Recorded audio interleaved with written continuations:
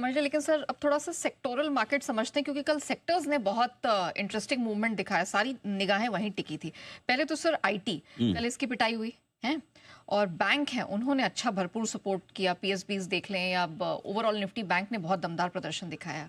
क्या ये अपने अपने रास्ते को पकड़ के ही चलेंगे? निफ्टी मतलब आईटी आज भी गिरा, बैंक आज भी चढ़े।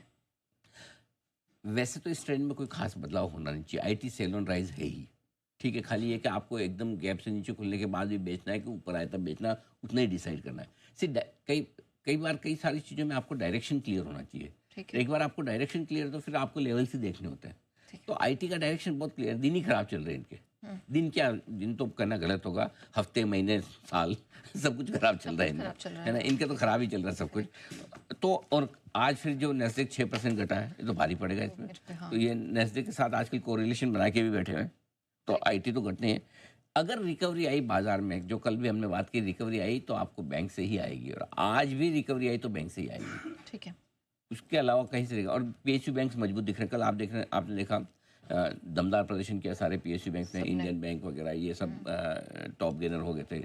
और आज भी यूबीएस की अच्छी रिपोर्ट है, फेडरल बैंक पे सीएलएससी की रिपोर्ट ठीक ठाक है।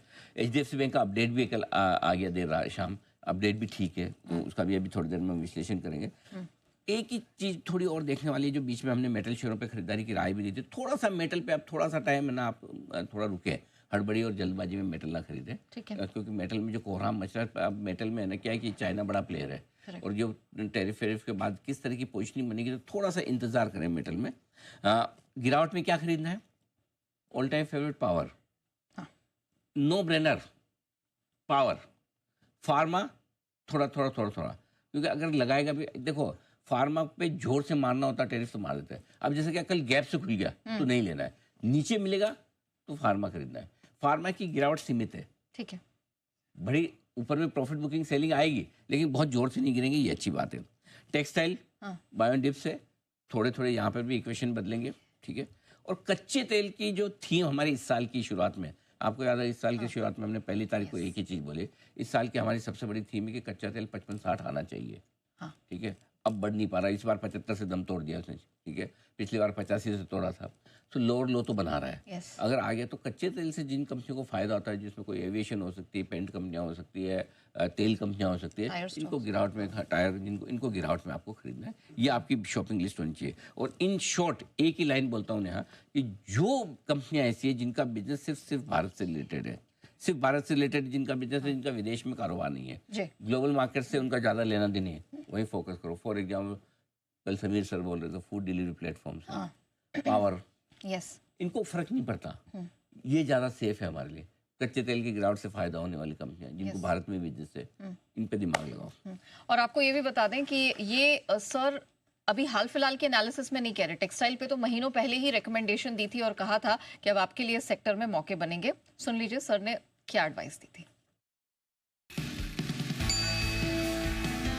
रिटेल और टेक्सटाइल दोनों का कॉम्बिनेशन, और स्पेशली वो कंपनियां जो प्रीमियम प्रोडक्ट्स बना रही, उस पर हम अगले 1 साल 1.5 साल के लिए बहुत बुलिश है। और ये स्टॉक आप देखिएगा, साल भर बाद आप देखेंगे तो आपको पता चलेगा कि बढ़िया कंजम्पशन स्टोरी बनती दिख रही है। इस सेक्टर पर हम इस साल के लिए बहुत बुलिश है। टेक्सटाइल टू प्रीमियम रिटेल वाली स्टोरी बहुत स्ट्रॉन्ग है। लोगों को अब एस्पिरेशन है ज़्यादा से ज़्यादा अच्छी ब्रांड्स में जाने की, खर्च करने की। हमारे यहाँ प्रीमियम कंजम्पशन जो बढ़ रहा है, एस्पिरेशन लेवल जो बढ़ रहा है, उसमें ये सारी नई और पुरानी कंपनियाँ ये अच्छा करेगी। ट्रेंड से लेकर बाजार स्टाइल से लेकर आपके विशाल मेगामार्ट से लेकर सियाराम से लेकर अरविंद से लेकर रेमंड, जो आपको समझ में आए, जो पसंद आए, ABFRL, इस तरह की कंपनियाँ ये अच्छा कर सकती है। टेक्सटाइल सेक्टर पर हम दिवाली के वक्त से और न्यू ईयर के वक्त से इस साल की हमारी थीम रही है और बुलिश है। और जब देखिए आज टैरिफ लगे, उसके बावजूद पिछली बार आपने लाइफ में कब देखा था कि कोई टेक्सटाइल शेयर 20% भागा हुआ? टेक्सटाइल टू रिटेल वाली जो स्टोरी है वो बहुत स्ट्रॉन्ग है। कंजम्पशन भी है, टेक्सटाइल भी है, रिटेल भी है। तो मुझे लगता है कि ये सारे स्टॉक्स हैं जो बढ़िया रहेंगे। ये बायोन डिप्स है और अगर आपका निवेश है तो इन सारे शेयरों में डेफिनेटली बने रहें।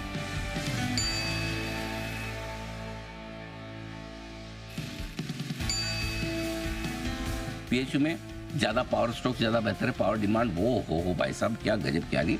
ऑयल एंड गैस यानी कि OMCs, डिफेंस में हल्की हल्की खरीदारी सेलेक्टिवली, क्योंकि डिफेंस शेयर थोड़े महंगे हैं।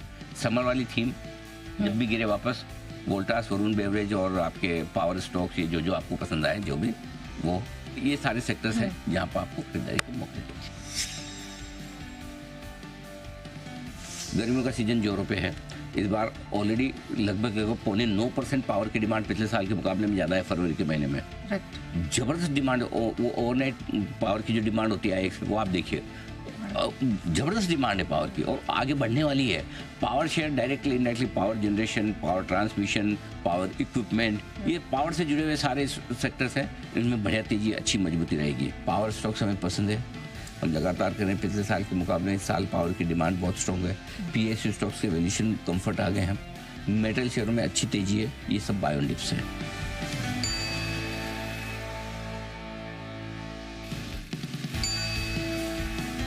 फार्मा 2 साल से आउट परफॉर्म कर रहा है, तीसरा साल भी करेगा। थोड़ा पैसा कम बनेगा लेकिन बनेगा, सेफ है। डर नीचे का कम है। आ भी गए स्टॉक नीचे तो वापस आपको बढ़कर दे देंगे। फार्मा शेयरों में भी फिर से खरीदारी होगी और अगर गलती से ट्रम्प का टैरिफ का वो तीसरा नेत्र नहीं खुला फार्मा पे, ये फार्मा शेयर पकड़ में नहीं आएंगे, आपको मैं बता रहा हूँ। अगला सेक्टर अप्रैल का sector of the month pharma बनेगा। इवेंचुअली फार्मा पे वो टैरिफ नहीं लगा सकते, तो क्या हमारी जितनी सस्ती दवाएं वो अमेरिका वाले कभी जिंदगी में बना ही नहीं पाएंगे, और बिना दवा रह नहीं पाएंगे। बिल्कुल राइट। तो फार्मा थोड़ा मुझे इंसुलेटेड लगता है। फार्मा पर अगर टैरिफ नहीं लगा तो आप अप्रैल का सेक्टर फार्मा ही बनेगा। आपने कल भी बोला था कि सेक्टर ऑफ द मंथ। मुझे नहीं लगता कि फार्मा पे लगेगा, तो मेरे लिए तो वैसे भी अभी से एक्यूमुलेशन करने वाली चीज़ है। लेकिन जहाँ जहाँ आपको सिग्नल आते दिखे फार्मा शेयरों में खरीदारी के, वहाँ खरीदते जाइए। पूरी संभावना इस बात की है कि या तो फार्मा सेक्टर पर टैरिफ ना लगे या लगे तो सबसे कम। थोड़ा आप चाहें तो अभी निवेश कर लें, बिल्कुल कंजर्वेटिव है तो 2 अप्रैल के बाद ही करें, रिस्क बिल्कुल खत्म हो जाए। 50% अभी, 50% बाद, और बड़े एग्रेसिव हैं तो अभी भी खरीद सकते हैं। फिर अभी अगर आपको खरीदना है तो एक्यूमुलेट करना शुरू करें, धीरे धीरे खरीदना शुरू करें।